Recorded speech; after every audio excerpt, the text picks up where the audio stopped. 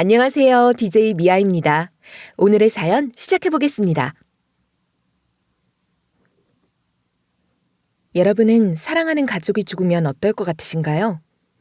저는 남편이 죽고 나서 소중한 제 가족들을 낭떠러지에 밀어뜨린 다음에 더 이상 재기할 수 없게 만들어버렸습니다. 제가 왜 그렇게 했는지 궁금하시죠?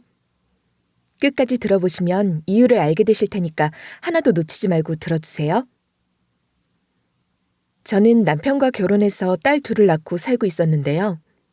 이 당시 큰딸 나이는 15살이었고 작은 딸 나이는 12살이었어요.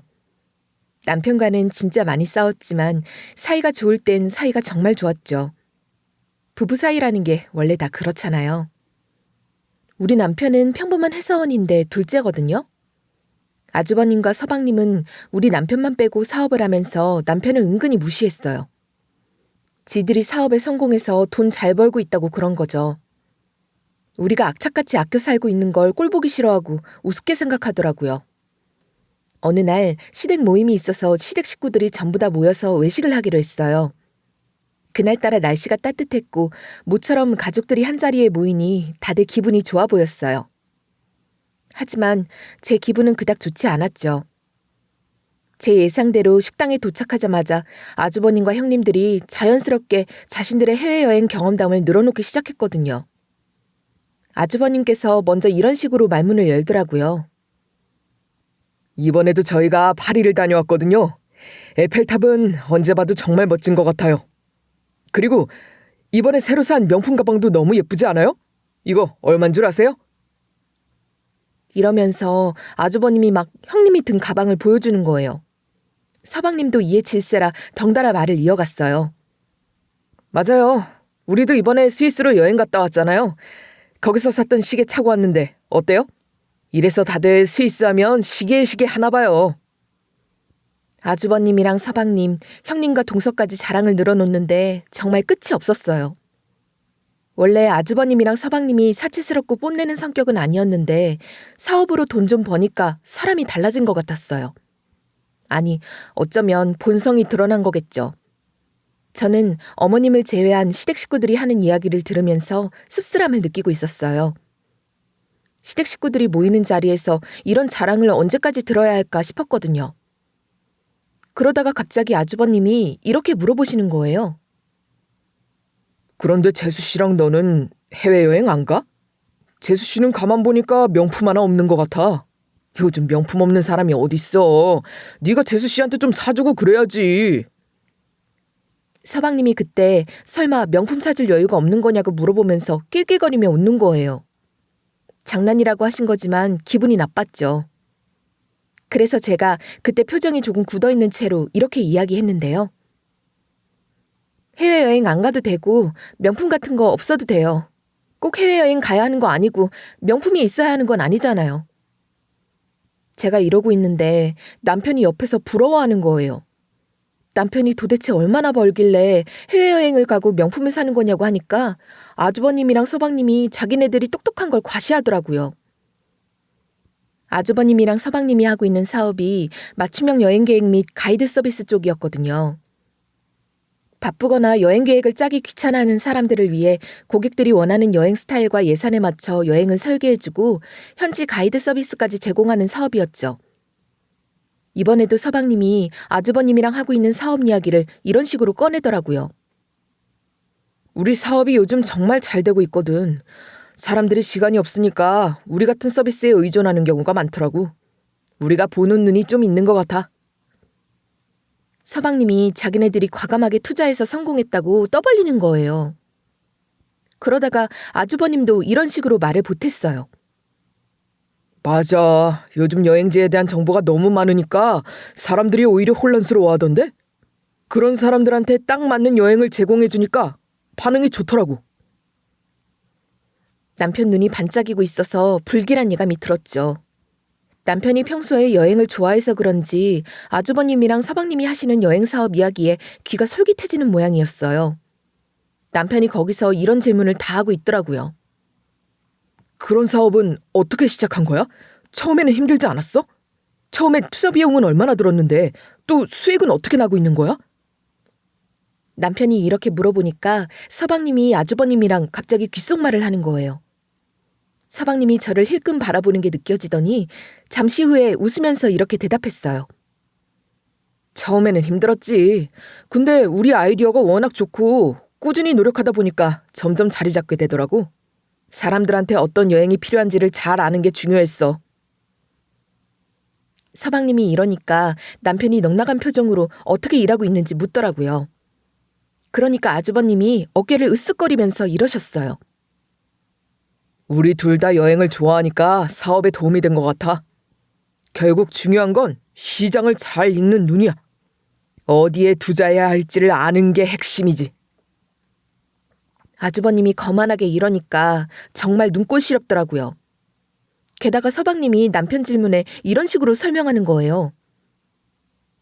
처음엔 큰 투자 없이 시작했어. 여행사와 계약을 맺고 가이드들도 모으면서 점점 규모가 커졌지. 수익은 당연히 고객들이 내는 비용에서 나와. 고객 만족도가 높아야 지속적인 수익이 가능해. 서방님이 이렇게 이야기해 주니까 남편이 점점 더 깊이 빠져드는 눈치였어요. 금방이라도 투자할 것 같은 눈빛으로 아주버님과 서방님들을 바라보고 있었죠. 그러다 남편이 이렇게 한마디 거드는 거예요. 이거 진짜 좋은 사업 같은데 당신 생각은 어때? 나도 관심이 생기는데 어떻게 나도 시작해볼까? 남편 반응이 이러니까 조금 걱정이 됐어요. 사업이 그리 만만한 일이 아니잖아요. 남편이 그저 아주버님과 서방님들의 성공담에 자극을 받아 섣부르게 뛰어드는 게 아닌가 싶었죠. 그래서 남편에게 이런 식으로 조심스럽게 말해봤어요. 여보, 너무 성급하게 결정하는 거 아니야? 사업이라는 게 이렇게 금방 결정할 일이 아니잖아. 우리 형편에도 맞는지도 잘 생각해봐야 할 것 같아. 사업은 정말 신중해야 해. 특히 여행 사업은 너무 변수가 많아서 쉽게 결정할 일이 아니야. 그러니까 괜히 일 벌리지 말고 그냥 다니던 회사 계속 다니자. 금방이라도 투자할 것 같이 굴길래 제가 사업할 생각은 절대 하지 말랬죠. 저는 남편이 무모한 결정을 내리지 않길 바랐어요. 그 와중에 형님과 동서도 저를 무시하는 거예요. 형님이 갑자기 저한테 이런 말을 내뱉더라고요. 니는 뭔 자신감으로 그렇게 반대하는 거야? 성공해서 돈 좀 만져봤으니까 한번 해보라고 말도 해주고 있는데 반대하는 게 웃기네? 항상 돈에 허덕이면서 사는 주제를 좀 알아라.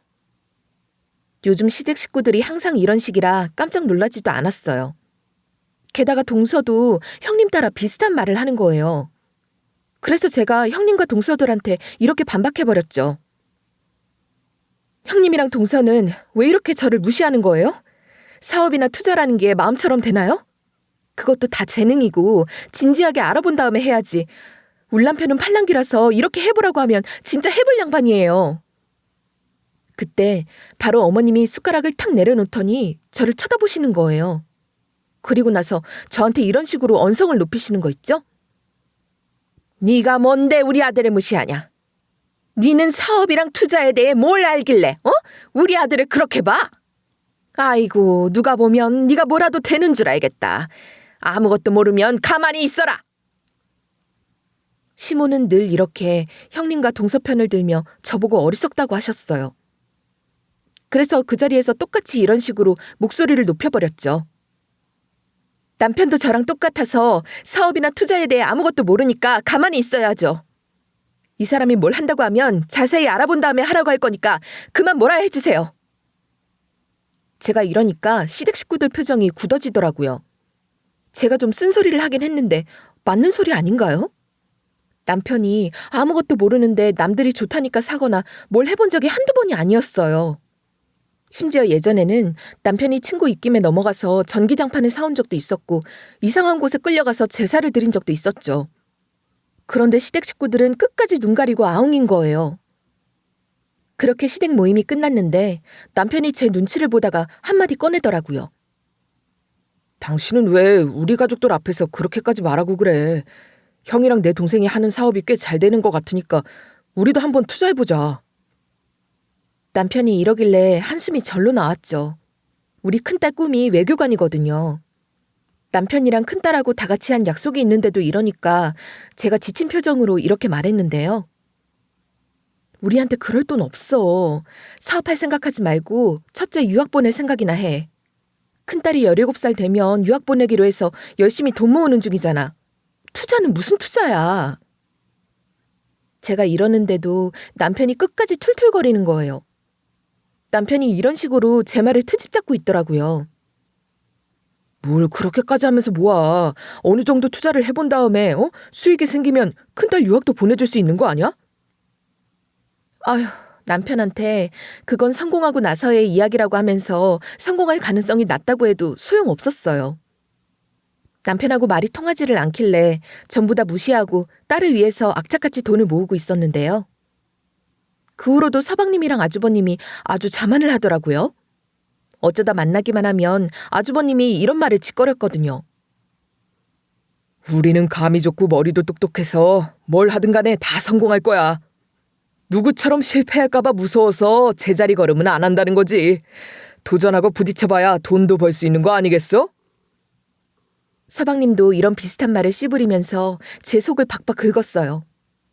점점 신중하게 생각하고 뭘 판단하지를 않는 것 같았죠. 저는 그런 서방님과 아주버님이 부럽기는커녕 이러다 큰 코 다칠 것 같았는데요. 다른 때 같았으면 돌다리도 두들겨 건너보라고 했을 텐데 제가 그것들한테 걱정을 왜 해주겠어요. 나중에 한번 대어보라고 했죠. 역시나 제 예상대로 서방님과 아주버님이 이번에 사업을 무리하게 진행시키다가 망했나 봐요. 시댁 식구들이 서방님과 아주버님을 돕는답시고 주택담보대출도 해줬다고 하더라고요. 그러다 집까지 넘어가게 생겼대요. 이게 다 자업자득이라고 생각하고 있었는데 알고 보니 그 건엔 울 남편 지분도 있다는 거예요. 제가 하지 말라고 했는데 기어코 저 몰래 투자를 한 거래요. 제가 이걸 어떻게 알았냐고요? 시모가 무턱대고 전화를 해서 이런 식으로 통보를 하더라고요. 지금 우리 큰아들이랑 막내아들이 사업을 무리하게 확장시키다가 집까지 넘어가게 생겼다. 우리 집 식구들이 아들들 돕는다고 주택담보대출까지 했거든? 둘째 아들도 투자한 거니까 어떻게든 수습해라. 며느리가 돼가지고 시댁 망하는 꼴 볼 거냐? 대출을 받아와야지. 이렇게 아주 당연하다는 듯이 절더러 도우라고 했지만 저는 도울 만한 능력이 안 됐어요. 아무리 남편이 저 몰래 투자를 했다고 해도 우리 사정에 대출까지 받는 건 솔직히 무리였죠. 제가 대출은 힘들 것 같다고 하니까 시모가 이런 식으로 큰딸 유학자금 이야기를 꺼내는 거예요. 둘째 아들한테 다 들었다. 손주 유학 보내려고 모아놓은 게 있다며? 일부러 대출 이야기까지 꺼내면서 너를 떠본 건데 역시나 내 예상이 맞았네. 너는 돈 있는데 왜 돈 없는 척 하는 거니? 어머님이 이러시길래 기가 막히고 코가 막혔죠. 사람을 이런 식으로 시험해보는 게 어디 있어요? 어이가 없어져서 우선 이렇게 말씀드리긴 했거든요. 어머님, 그 돈은 안 돼요. 우리 큰딸이 틈만 나면 유학 이야기 하고 있고 유학 가는 걸 오래전부터 꿈꾸고 있었거든요. 지금도 우리 큰딸이 유학 가려고 영어 공부하고 있어요. 제가 강경하게 나왔는데도 소용이 없는 거예요. 시모가 끝까지 이런 식으로 성질을 내시더라고요. 애가 어떻게 될지 모르는데 그거라도 내놓아라. 시댁보다 여자애가 더 중요하냐? 시댁 상황이 이렇다는데 넌 네 딸을 해외로 보내고 싶냐고. 제가 투자를 원했던 것도 아닌데 이러시면 안 된다고 해도 말이 안 통했어요. 어머님이 호통을 치시면서 뭐라 하시길래 제가 이렇게 대답해드렸죠. 우리 큰딸이 지나가는 말로 가고 싶다고 말한 것도 아니고 몇 년 동안의 꿈이었어요. 절대 안 돼요. 무슨 일이 있어도 이 돈만큼은 줄 수 없어요. 이런 식으로 말했더니 시모가 씩씩대더라고요. 제가 일단 진정하라고 달래봐도 어머님이 거의 악을 쓰다시피 이러시는 거예요. 지금 시댁이 망하게 생겼는데 무슨 유학이야? 정신 차리고 수습할 생각부터 해야지.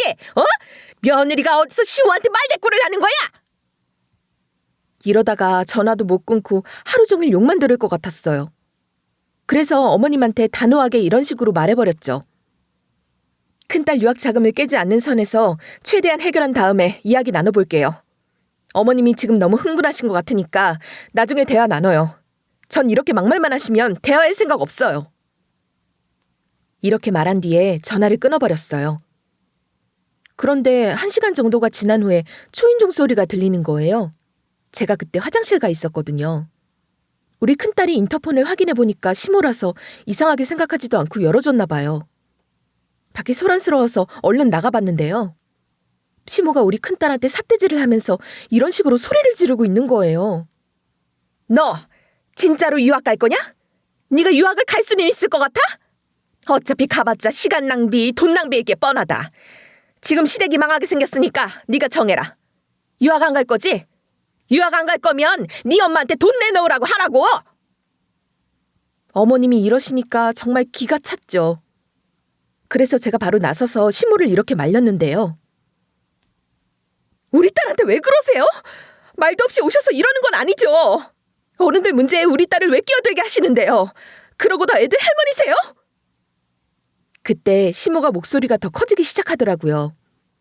어머님이 제 큰딸 팔을 잡고 흔들면서 이러시는 거예요. 내가 할머니로서 손주들한테 그런 말도 못하냐? 얼른 정해라. 집안 상황이 이런데 진짜로 유학 갈 거냐? 입 꼭 다물고 있지 말고 말을 해봐라. 이런 상황에 유학을 간다는 게 말이 돼? 그 모습을 본 순간 당연히 화가 머리끝까지 났죠. 그래서 시모 손을 확 낚아챈 다음에 현관문 쪽으로 잡아당긴 채로 이렇게 소리쳐버렸어요. 어머님, 지금 뭐 하시는 거예요? 지금 안 가면 후회하실 거예요. 지금 당장 나가세요. 제 딸한테 이러실 거면 다시는 찾아오지 마세요. 이런 식으로 말하면서 현관문까지 열어드리니까 제 기세에 놀란 시모가 어버버거리다가 가더라고요. 물론 못난 년, 못된 년, 싸가지 없는 년 등등 갖은 욕은 다 하셨어요. 이 뒤로도 시모가 저한테 전화해서 또 이러시는 거예요.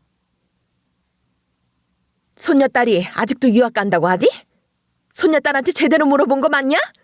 세상에, 어쩜 그런 것이 다 있나 모르겠네. 그냥 애 유학 보내지 말고 그 돈 줘라. 안 주면 집으로 찾아갈까? 이런 식으로 겁을 주시길래 제가 오라고 했거든요. 하지만 제가 무서웠는지 직접 찾아오진 못하고 전화로만 지랄하더라고요. 물론 남편에게 이 문제에 대해 상의하고 따져봤는데요. 그런데 남편이 그저 고개만 푹 숙인 채로 이러는 거예요. 미안해, 여보. 당신이 투자하지 말라고 했는데 몰래 해서 진짜 면목 없다. 제발 딸 유학 자금으로 수습하게 해주면 안 될까? 다음에는 이런 일 없도록 할게.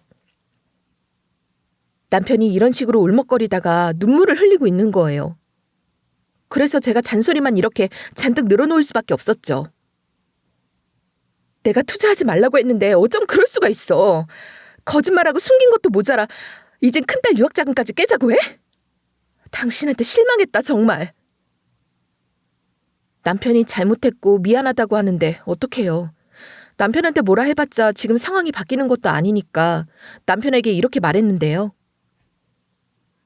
이 문제 해결해보기 전에 일단 어머님부터 어떻게든 해줘. 어머님한테 계속 전화가 오고 있잖아.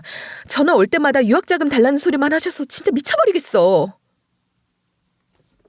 제가 이러면서 얼마 전에 어머님이 집까지 찾아와서 큰딸한테 막말을 퍼부었다고 했거든요. 그러니까 남편이 화들짝 놀라서는 이러더라고요. 알겠어, 노력해볼게. 엄마한테 전화해서 그러지 말라고 했는데 계속 그런가 보네. 내가 다시 말해볼게. 엄마도 빚 때문에 당황스럽고 힘들어서 그러실 거야. 남편이 이렇게 말했지만 그 뒤로도 시모는 여전하셨어요. 전화로 하도 난리를 피우셔서 전화를 안 받으니까 문자로 뭐라 하시더라고요. 이걸 어쩌면 좋나 하고 있는데 시모가 어느 날부턴가 잠잠해지신 거예요. 그래서 제가 저보다 늦게 퇴근한 남편에게 이렇게 물어봤죠. 여보, 요즘 어머님한테 이제 전화가 안 오더라? 며칠 전까지만 해도 계속 전화가 오고 문자 왔었거든. 근데 이틀 전부터 연락 온 게 없더라고. 어머님 집 넘어갈 뻔한 일은 어떻게 됐어? 제가 이러니까 남편 표정이 확 굳는 거예요. 안 그래도 요새 남편이 저하고 말을 잘 안 하고 대답이 시큰둥하길래 시댁이랑 투자 문제 때문에 그러나 싶었는데요. 남편이 일단은 이렇게 좋은 소식을 가져다 주긴 했거든요. 그건 왜? 어떻게든 해결을 했어. 시댁 문제에 관심 없는 줄 알았는데 이제야 관심이 생겼어? 웬일이야? 자꾸 우리가 뭐라 하니까 신경 쓰였어? 남편이 그동안 제 눈치 보면서 유학자금으로 해결하자고 하더니 이제야 본색을 드러내더라고요. 요 며칠 이상하다고 생각하고 있었는데 남편이 이런 식으로 돌변한 말투로 이야기를 하는 거예요. 시댁 눈치도 안 보는 더럽게 이기적인 년. 네가 유학자금 깨트려서 도와줬으면 일이 더 쉽게 해결됐을 텐데. 아주 이기적인 년이네. 이러고 나서 심지어 저희 큰딸을 부르는 거예요. 그리고 제 딸 보고는 이런 식으로 욕을 하더라고요. 너도 똑같아 이거사. 큰딸이라는 것이 아주 대바라진 년이야. 집안 상황이 이런데 유학 안 가겠다고 하고 돈을 줘버리라고 해야지. 왜 가만히 눈치만 보고 있었냐? 욕하는 모습이 아주 시모랑 똑같았어요. 하긴 핏줄이 어디 가겠어요? 제가 그때 어머님한테 하듯이 남편이 선을 넘은 걸 가만두지 않았죠. 제가 그런 남편에게 이런 식으로 엄청 뭐라 했거든요. 당신이 상의도 안 하고 내 말 무시한 다음에 투자해놓고 어디서 막말이야? 이러다가 시댁뿐만 아니라 우리 집도 경매에 넘어가게 할 양반이네. 당신이 한 짓이 이혼 사유에 해당되는 거 모르고 있었어? 당신이 나 몰래 투자하다 빚 만든 걸로 이혼 소송 걸면 어떻게 되는지 어디 한번 해볼까? 라고 하니까 남편이 입을 꼭 다무는 거예요. 그리고 나서 우리가 한동안 한 집에서 아무 말도 안 하고 서로를 투명인간 취급하기 시작했어요. 그렇게 냉전을 보내던 와중이었는데요. 남편이 저 몰래 투자를 하다가 시댁집이 넘어갈 뻔한 일이 일어난 지 얼마 안 됐을 때였죠. 평소처럼 퇴근해서 집에서 애들 돌보고 있는데 핸드폰이 울리는 거예요. 전화를 받으니까 자기가 경찰이라고 이야기하면서 이런 소식을 전해주더라고요. 박재철 씨 와이프분 되시나요? 지금 박재철 씨가 병원에 실려온 상태입니다. 박재철 씨 핸드폰을 확인해 본 결과 회사에서 하는 회식을 갔다가 사고를 당해서 세상을 떠난 걸로 파악하고 있습니다. 그리고 저희 쪽으로 신고를 해주신 시민분한테 들었는데요. 사정 추돌 피해가 일어났는데 박재철 씨가 타고 있던 택시가 가장 많이 부서졌습니다. 갑자기 돌진한 차량은 음주운전 차량으로 보고 있고요. 이 말을 들은 순간 당연히 너무 원통했죠. 경찰이 병원 주소를 알려줘서 달려갔는데 남편이 진짜로 세상을 떠난 상태더라고요. 이렇게 허망하게 남편을 떠나보내다니. 믿을 수가 없어서 멍하니 허공을 바라보고 있는데 시댁 식구들이 몰려왔어요. 시댁 식구들 모두 믿기지 않은 표정으로 하늘나라로 간 남편을 바라보았죠. 그렇게 저희 남편 사망 선고가 내려졌고 장례를 치르게 됐는데요. 저는 가족 같지도 않은 아주버님과 서방님을 상주로 둘 수 없었어요. 남편이 정말 온순하고 제 말을 잘 들어주는 양반이었는데 아주버님과 서방님 때문에 마음 상한 것도 모자라 남편이 그렇게 변해버렸으니까 당연히 보기도 싫었거든요. 그래서 제가 상주로 있는 아주버님과 서방님께 이렇게 이야기했죠. 아주버님이랑 서방님도 남편이 죽기 전에 정말 착한 사람이었던 거 아시죠? 그런데 두 분 입김에 넘어가서 사고가 나기 전에 그렇게 다투고 언성 높이게 된 거잖아요. 두 분 때문에 울 남편의 마지막이 그렇게 된 거라고 생각하거든요. 저는 제 남편 장례식에 아주버님이랑 서방님이 이렇게 상주로 있는 걸 못 보겠어요. 저랑 제 딸이 상주할 거니까 그렇게 하게 해주세요. 제가 이렇게 주장하자마자 시댁 식구들이 반대를 했어요. 특히 시어머니께서 이런 식으로 상처를 주셨죠. 네 지금 무슨 소리를 하는 거니? 네가 순순히 유학자금 내놓았으면 그렇게 싸우는 일은 있지도 않았어. 집안 분위기 안 좋아진 거 괜히 우리 탓하지 말아라. 그리고 우리 아들은 우리 집안 식구니까 우리 아들들이 상주할 거니까 넌 나서지 말어. 어머님이 이러시니까 더욱 원통했죠. 결국 시모의 거센 반대로 아주버님과 서방님을 상주로 두게 됐어요. 전 이제 이날을 계기로 시댁 식구들과 아예 안 보기로 마음먹고 있었는데요. 그런데 웬 여자가 장례식장에 들어와서 대성통곡을 하더라고요. 게다가 시댁 사람들은 그 여자를 아는 눈치였어요. 그 여자가 제 남편 장례식장에서 사연 있는 사람처럼 울고 있길래 제가 가서 이런 식으로 물어봤는데요. 저 누구세요? 혹시 저희 남편이랑 무슨 사이세요? 저희 남편 장례식장에 오자마자 너무 많이 우시길래 무슨 일이 있었나 해서요. 제가 이러기 무섭게 시댁 식구들이 우르르 다가오는 거예요. 그리고 아주버님이 제게 이러는 거 있죠? 재수 씨는 알 거 없어요. 가서 일 보세요. 저기 저분한테 육개장이나 드리던가요. 여기 일하시는 분들 일손 부족해 보이던데 그거 하나 도와달라고요. 아주버님이 이렇게 말하면서 절 밀어냈는데 마침 제가 아는 조문객이 들어와서 뒤돌아섰는데요. 시댁 식구들이 그 여자랑 두런두런 이야기를 나누고 있는 거예요. 잠시 후에 시댁 식구들이 뭐라 했는지 아세요? 어머님이 나서서 이런 이야기를 하시는 거예요. 너 지금 우리 아들 부조금이랑 사망보험금을 내놓아라. 내가 한 집안의 어른으로서 하는 말이다.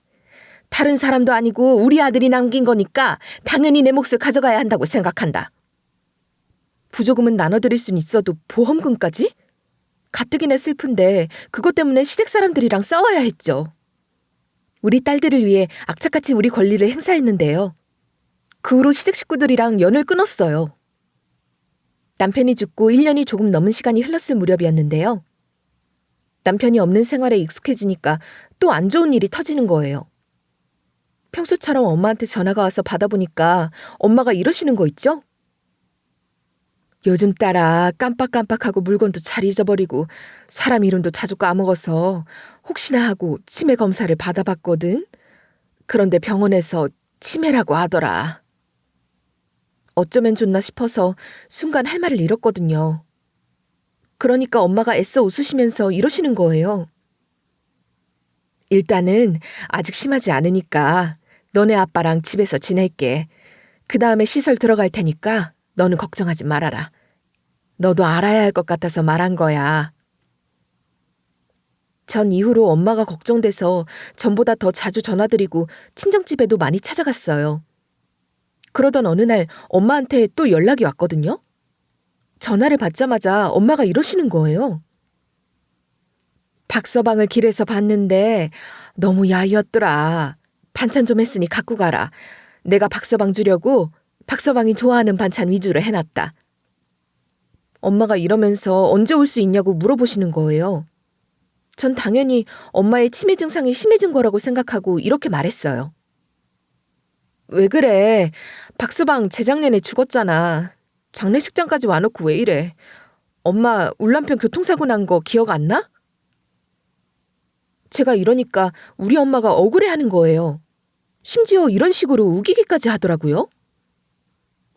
아니, 박서방을 내가 직접 봤다니까? 저 멀리서 봐도 박서방이더만. 얘가 왜 이래? 엄마 아직 멀쩡하다? 박서방이 사부인이랑 같이 있는 거 다 봤다고. 엄마가 펄쩍 뛰면서 자기를 왜 병자 취급하냐요. 엄마가 기분 나빠하는 게 보이니까 제가 이렇게 말하면서 달래봤죠. 알겠으니까 일단 아버지 바꿔봐. 아니, 엄마 말을 의심하는 게 아니라 아버지랑 할 말이 있어서 그래. 지금 아버지 옆에 계시지? 엄마가 다행히 곧바로 전화를 바꿔주더라고요. 그래서 제가 아버지께 이런 식으로 제 걱정을 막 늘어놨거든요. 아버지, 엄마 치매 증상이 심해진 것 같은데 어쩌지? 엄마가 죽은 울남편을 자꾸 봤다고 하더라. 어쩌다가 이렇게 증상이 심해졌는지 모르겠지만 병원에 데리고 가봐야 할 것 같아. 전 당연히 아버지가 저랑 같이 걱정을 하면서 엄마랑 병원 상담을 해보겠다고 할 줄 알았어요. 그런데 우리 아버지까지 이러시는 거예요.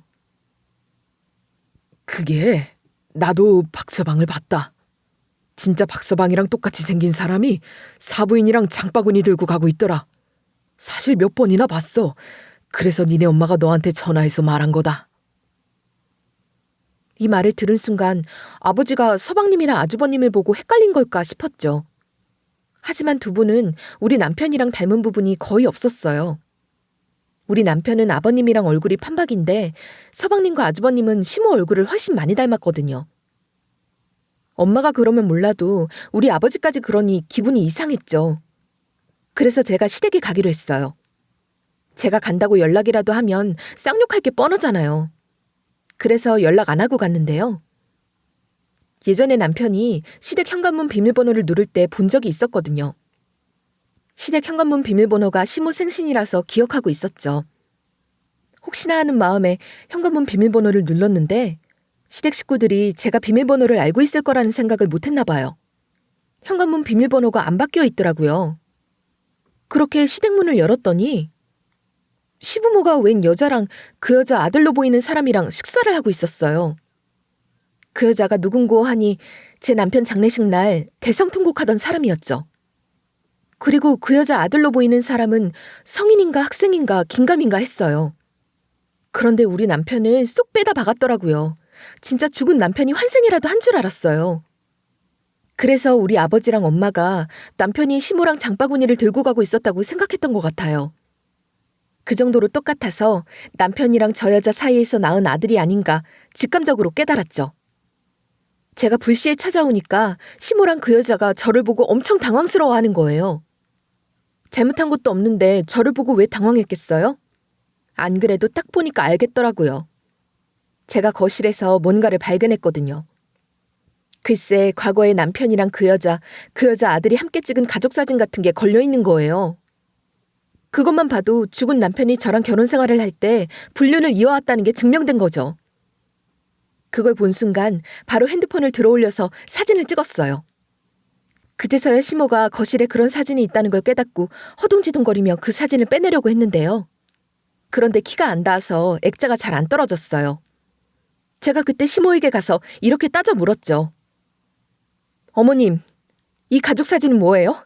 저 남자아이 설마 남편 애예요? 아무리 살펴봐도 우리 남편이랑 판박이잖아요. 어머님이 말 좀 해보세요. 제가 이렇게 꼬치꼬치 캐묻고 있었거든요. 그 와중에 그 여자가 본인 아들을 데리고 몰래 나가려고 하는 거예요. 그런데 시모가 그 여자를 붙잡으면서 이러더라고요. 얘, 네가 뭘 잘못했다고 도망을 가려고 해, 도망을. 이리 와라. 내가 며느리한테 네 정체를 말해줘야겠다. 네가 우리한테 해준 게 있는데 이렇게 범죄자처럼 굴면 안 되지. 어머님이 이렇게 그 여자를 데리고 와서 무슨 이야기를 해줬는지 아세요? 얼척없게도 이런 말들을 해주는 거예요. 이 아이는 시댁집이 넘어갈 뻔한 걸 해결해준 사람이다. 게다가 며느리 너랑 결혼하기 전에 우리 아들이랑 오래 만난 사이야. 그래서 제가 황당해하면서 어이없는 웃음을 흘렸는데요. 시모가 그러거나 말거나 상간녀 손을 꽉 잡고 있길래 제가 이렇게 이야기했어요. 네? 뭐라고요? 그럼 며느리인 저 몰래 남편의 옛 여자를 데리고 오신 거라고요? 설마 저랑 결혼 생활하면서 남편이 다른 여자를 만난 거예요? 이 남자아이는 도대체 몇 살인데요? 제발 남편이 저 몰래 바람만큼은 피우지 않았길 바랐는데요. 그런데 남자아이가 우리 딸들보다 나이가 많았어요. 상간녀가 아주 당당하게 이런 소리를 했거든요. 우리 아들이요? 우리 18살이에요. 왜 그렇게 쳐다보세요? 사실상 제가 본처예요. 제가 고아 출신이라 어머님이 마음에 안 들어해서 오빠가 그쪽이랑 결혼한 거예요. 그런데 제가 살던 집을 처분해서 어머님을 도와주고 이 집에 들어와 살게 됐어요. 그동안 어머님께 제 아들을 인정받고 싶었거든요. 우리 아들만큼은 가족으로 인정받고 손주 취급도 받을 수 있게 해주고 싶었어요. 저랑 결혼하고 나서도 남편이 그 여자랑 관계를 이어나가고 있었던 거예요. 제가 이 말을 듣고 경악을 하고 있는데 시모가 저한테 이러더라고요. 우리 며느리가 너보다 100배 1000배 나아서 어쩔 수 없었다. 너는 시댁집이 넘어갈 뻔했을 때 대체 뭘 했냐?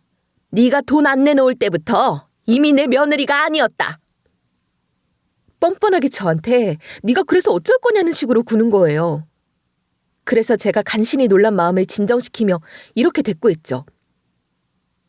아, 어머님이랑 남편이 저 몰래 불륜을 저지르고 있고 불륜을 감싸주고 있었다 이거죠? 그럼 저도 조치를 취해야겠네요. 그런데 시모가 제가 하는 말을 우습게 알고 시댁에서 쫓아내려고 하더라고요.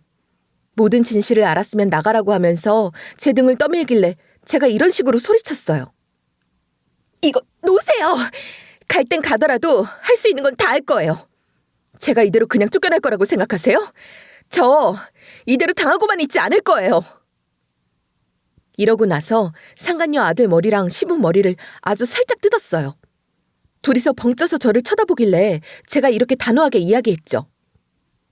저 이걸로 유전자 검사할 거예요. 순순히 이혼당할 생각 없으니까 제대로 준비하고 계세요. 법이 얼마나 무서운지 알려드릴게요. 제가 이러니까 시모가 움찔하더라고요. 상간녀도 얼굴이 새하얘진 채로 이렇게 격분하는 거 있죠? 뭐라고요? 지금 뭐 하는 짓이에요? 이거 완전 미친년 아니야!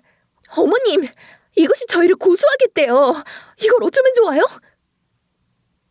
상간녀가 이러는 걸 뒤로하고 시댁을 유유히 빠져나왔는데요. 오랜 시간 동안 저를 속인 시댁 식구들한테 복수를 하려고 마음먹었어요. 그래서 변호사를 찾아가서 이렇게 상황 설명을 했는데요. 변호사님, 남편을 교통사고로 떠나보내고 저 혼자 지내고 있었는데 시댁 식구들이 저 몰래 상간녀를 챙겨주고 있었더라고요. 남편이 저 몰래 결혼 전부터 만나고 있던 여자랑 계속해서 교제를 하고 있었고 그 상간녀는 저보다 먼저 애를 가져서 출산까지 했대요. 지금 그 남자아이가 18살이라는 거 있죠. 제 딸들보다 나이가 많아서 깜짝 놀랐어요. 심지어 어머님은 상간녀가 빚을 갚아줬다는 이유 하나만으로 저 몰래 시댁으로 그것을 들이고 며느리처럼 데리고 살고 있었어요.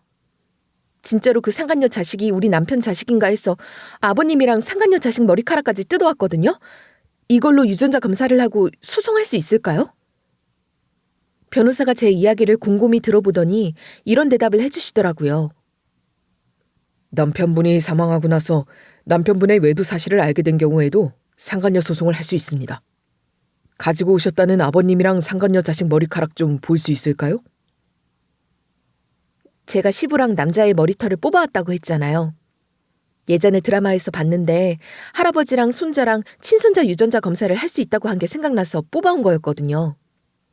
그래서 제가 변호사 도움을 받아 두 사람을 유전자 검사해봤죠. 하루 정도 기다리니까 검사 결과가 바로 나오더라고요. 상간녀 아들이 시부의 친손자로 판명이 났어요. 전 그걸 변호사한테 넘겨서 변호사가 그걸 증거로 제출했는데요. 남자아이 나이가 18살이라고 했잖아요. 시기상으로 저랑 결혼을 하고 1년 정도 후에 태어난 아이더라고요. 그 아이가 그 여자 아들이라는 걸 입증하는 건 별일도 아니었죠. 이런저런 증거들을 통해서 그 아이가 명확하게 불륜으로 태어난 아이라는 것이 입증됐어요. 그래서 제가 상간녀에게 위자료를 청구했는데요. 법정에서 흥분한 시모랑 상간녀가 달려들어서 저를 때리더라고요. 저는 그때 이악 물고 주먹 쥔 채로 가만히 있었어요. 이런 거 똑같이 해주면 저한테 불리해지니까 억울하더라도 정신 똑바로 차리고 있었죠. 우리 애들은 학교에 가 있는 상태라 제가 그러고 있는 걸 못 봐서 그나마 다행이었어요. 전 그것들이랑 똑같이 짐승같이 굴지 않고 법적으로 대응했는데요. 법정에서 나오자마자 시모랑 상간녀 둘 다 폭행으로도 고소했어요. 그러던 어느 날 아침부터 전화벨이 끊이지 않고 울리는 거예요. 전화기를 들자마자 들리는 첫 목소리가 형님의 거센 고함이었어요. 지금 당장 고소 취하해라. 이게 어디서 시댁 식구들을 고소하려고 해. 네 말고 새로운 동서 때문에 살아서 이제 한숨 돌리고 있는데 어디서 나서고 있냐고. 네가 도대체 뭔데 우리 가족을 이렇게 뒤흔들고 있어. 일어나자마자 그 말을 들으니까 마음속에서 화가 점점 치밀어 올랐어요. 형님이 계속해서 저를 몰아붙이며 모든 게 제 잘못이라는 듯 말하는 거예요. 며느리가 시댁 식구들한테 이렇게 배은망덕하게 굴면 되겠냐? 네가 우리 가족을 이렇게 배신할 줄은 몰랐다. 제가 거기서 계속 이러면 법적인 조치를 취하겠다고 말하고 전화를 끊었거든요. 그러니까 이번엔 서방님한테 이런 전화가 왔어요. 형수님, 우리가 이렇게까지 나서게 만들면 곤란하잖아요. 서로 좋게 해결할 수 있지 않아요? 고소 같은 거 하다가 집안 망신시키지 말고 빨리 취하하고 좋게 넘어가세요. 서방님 옆에 동서도 있었나 봐요. 동서가 전화를 바꾸더니 저한테 이러는 거예요. 형님, 가족끼리 이러는 거 아니지 않아요? 지금 형님이 시댁 식구들한테 민폐를 끼치고 있잖아요. 제발 고소 취하하고 전처럼 다 함께 잘 지내보자고요. 여기까지는 그나마 들어줄만 했어요. 제가 계속 이렇게 이래라 저래라 하면 경찰 도움을 받을 수도 있다고 말했거든요. 시댁 식구들을 전부 다 고소하고 싶지만 협박죄로 고소하기에는 애매하잖아요. 그런데 그 다음에 온 전화가 쐐기를 박아버렸죠. 아주버님이 제가 전화를 받자마자 이런 망언을 해댔거든요. 너 우리 집안 사람을 상대로 이런 일을 벌이면 너한테 좋을 게 하나도 없다는 걸 왜 모르냐? 이런 건 가족들끼리 힘을 합쳐서 이 문제를 해결하는 게 맞지. 좋은 말 할 때 고소를 취하해라. 저는 이 모든 압박을 받으면서도 차분하게 상황을 파악하려고 했어요.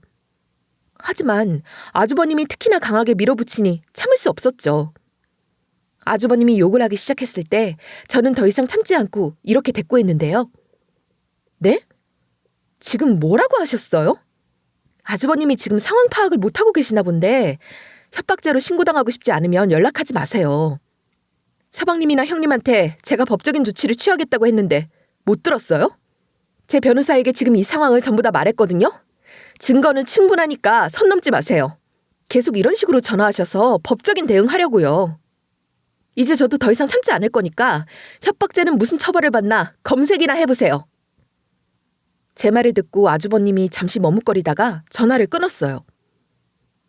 아주버님 전에 서방님, 동서, 형님들한테도 협박죄 이야기를 꺼내며 변호사 운운했어서 무서웠겠죠. 전화를 끊고 난 후 저는 긴 한숨을 내쉬며 마음을 다잡았어요. 그 상황에서도 정신을 똑바로 차리고 있으려고 했는데요. 며칠 후 시댁 식구들이 더 이상 저에게 연락하지 않아서 조금씩 평화를 되찾아갔을 때였어요. 어느 날 아침 문 밖에서 누군가가 벨을 누르는 소리에 잠이 깼죠. 문을 열자 시어머니와 그 여자, 그러니까 남편과 관계가 있던 상간녀가 문 앞에 서 있는 거예요. 상간녀는 눈도 마주치지 못하고 있었고 어머님은 긴장한 표정으로 저를 바라보고 계셨어요. 제가 무슨 일로 찾아온 거냐고 물어보니까 시모가 이러시더라고요. 예, 우리 진짜로 고소하게? 우리가 이제 겨우 벌어먹고 사는데 어쩜 그러니? 네가 우리를 고소하면 위자료를 어떻게 내겠냐? 응? 내가 생각이 짧았던 것 같다. 제발 합의라도 해줘라. 응? 어머님 목소리에 간절함이 묻어나 있었어요. 저는 시모랑 상간녀를 집 안으로 들이지 않고 문 앞에서 마주한 채로 차갑게 내려다보고 있었죠. 이미 감정은 지칠 대로 지친 상태였고 상황을 해결해야 한다는 부담감이 컸어요. 그런데 어머님은 점점 더 매달리듯 말씀하셨어요. 그래서 제가 이런 식으로 하나씩 짚어가며 지적을 하기 시작했죠. 어머님이 한 짓을 생각해보세요. 제가 시댁 식구들이 한 짓을 용서해줄 것 같으세요? 이 상황을 얼마나 힘들게 견뎌왔는지 아세요? 어머님이 제 입장에서 한 번이라도 생각해보셨어요? 제 목소리는 차분했지만 그 속엔 울분이 서려 있었어요. 상간녀는 말없이 시어머니 뒤에 서서 눈물만 흘리고 있었죠. 그러니까 시모가 이런 식으로 계속 사과를 하셨어요. 미안하다. 응? 내가 정말 잘못했어. 네 마음 아프게 해서 정말 미안하다. 네가 어떤 고통을 겪었을지 이제야 깨닫게 됐다. 우리가 이렇게 뉘우치고 있잖니. 우리가 살기 힘들어서 그런데 제발 합의만 해주면 안 되겠니? 제 마음이 겨우 그런 사과에 풀렸겠어요? 시모가 불리해지니까 이러는 게 보여서 냉정하게 이리 내치고 말았죠. 더 이상 사과하지 마세요. 어머님도 아시잖아요. 어머님뿐만 아니라 아주버님, 서방님, 형님, 동서까지 저를 다 못살게 굴었잖아요. 그래놓고 이렇게 사과로 때우시게요? 그 순간 어머님이 말을 잇지 못하고 그저 저를 바라보고만 계셨어요. 그러니까 상간녀가 그제야 고개를 들어 저를 쳐다보면서 이러더라고요. 제가 정말 죄송해요. 아무리 좋아하는 사람이라도 결혼한 사람을 만나는 게 아니었는데 전부 다 제 탓이에요. 그래놓고 멋대로 어머님한테 돈까지 쥐어주며 시댁에 들어가서 볼 면목이 없네요. 상간녀 목소리가 덜덜 떨리고 있더라고요. 전 상간녀가 그러든가 말든가 이런 식으로 삐딱하게 말하기 시작했어요. 그쪽이 한 사과가 제 인생에 뭐가 도움이 되는데요? 어차피 고소당해서 이러시는 거잖아요. 지금 와서 이러는 게 무슨 소용이 있어요? 상간녀가 더 이상 할 말을 찾지 못하고 다시 고개를 떨구고 있었어요. 시모가 아무 말도 못하고 있길래 제가 나가라고 손짓했죠. 그리고 상간녀랑 시모를 내보내고 문을 닫으려다가 이런 식으로 작별 인사를 했죠. 앞으로 안 찾아오셨으면 좋겠네요. 이제 이렇게 보지 말고 법정에서나 보게요. 우리 문제는 이제 법으로 해결해야 할 것 같아요. 어머님이 충격받은 얼굴로 저를 쳐다보고 있다가 상간녀를 데리고 천천히 돌아섰어요. 저는 문을 닫고 다시는 저것들을 보지 않길 바랐거든요. 그리고 나서 제가 건 소송들은 어떻게 됐냐고요? 당연히 제가 건 소송에서 모두 다 승소하게 됐어요.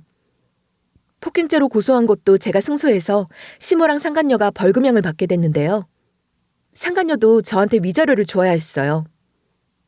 그런데 어느 날 퇴근하고 집에 왔는데 시모랑 상간녀가 우리 집 앞에 있는 거예요. 그동안 시모 전화를 안 받으니까 저한테 계속 문자로 이런 말을 해댔거든요. 제발 나 좀 만나줘라. 얘기 좀 들어주면 안 되겠니? 내가 할 말이 있기도 하고 우리 아들이랑 바람난 애 데리고 가서 사과시키려고 그래. 그때 한 사과가 마음에 안 들어하는 것 같길래 이번에는 제대로 사과도 하고 그 애한테 빌게 하고 싶다. 그렇게 연락했는데 제가 무시했거든요. 그랬더니 귀찮게 찾아왔더라고요. 그래서 제가 대놓고 짜증을 내면서 이랬는데요. 저기요, 이제 소송도 끝난 마당에 왜 이러시는 건데요? 일부러 전화도 안 받고 문자 답장도 안 하는 거 보면 모르겠어요? 얼굴 보고 싶지도 않은데 도대체 왜 찾아왔는데요? 제가 이러니까 시모랑 상간녀가 저한테 사정사정 하더라고요. 시모가 상간녀한테 사과하라고 지시를 내리니까 상간녀가 바로 넙죽 고개를 숙였어요. 시모도 따라서 고개를 숙이면서 이러는 거예요. 얘가 지금 돈이 거의 바닥난 상태라서 그래. 내 집이 넘어가는 걸 도와준 다음에 나랑 같이 살면서 생활하느라 빠듯해졌어. 나는 아들들 사업 도와주느라 주택담보대출까지 해줬던 건데 글쎄 그것들이 내가 도와달라고 손 벌리니까 땡전화푼 없다고 나 몰라라 하잖아. 이런 형편에 3천만 원이나 되는 위자료를 어떻게 주겠니? 그러니까 제발 좀 선처해주라. 어? 합의서 좀 새로 작성해줘. 그런데 제가 왜 그래야 하나요?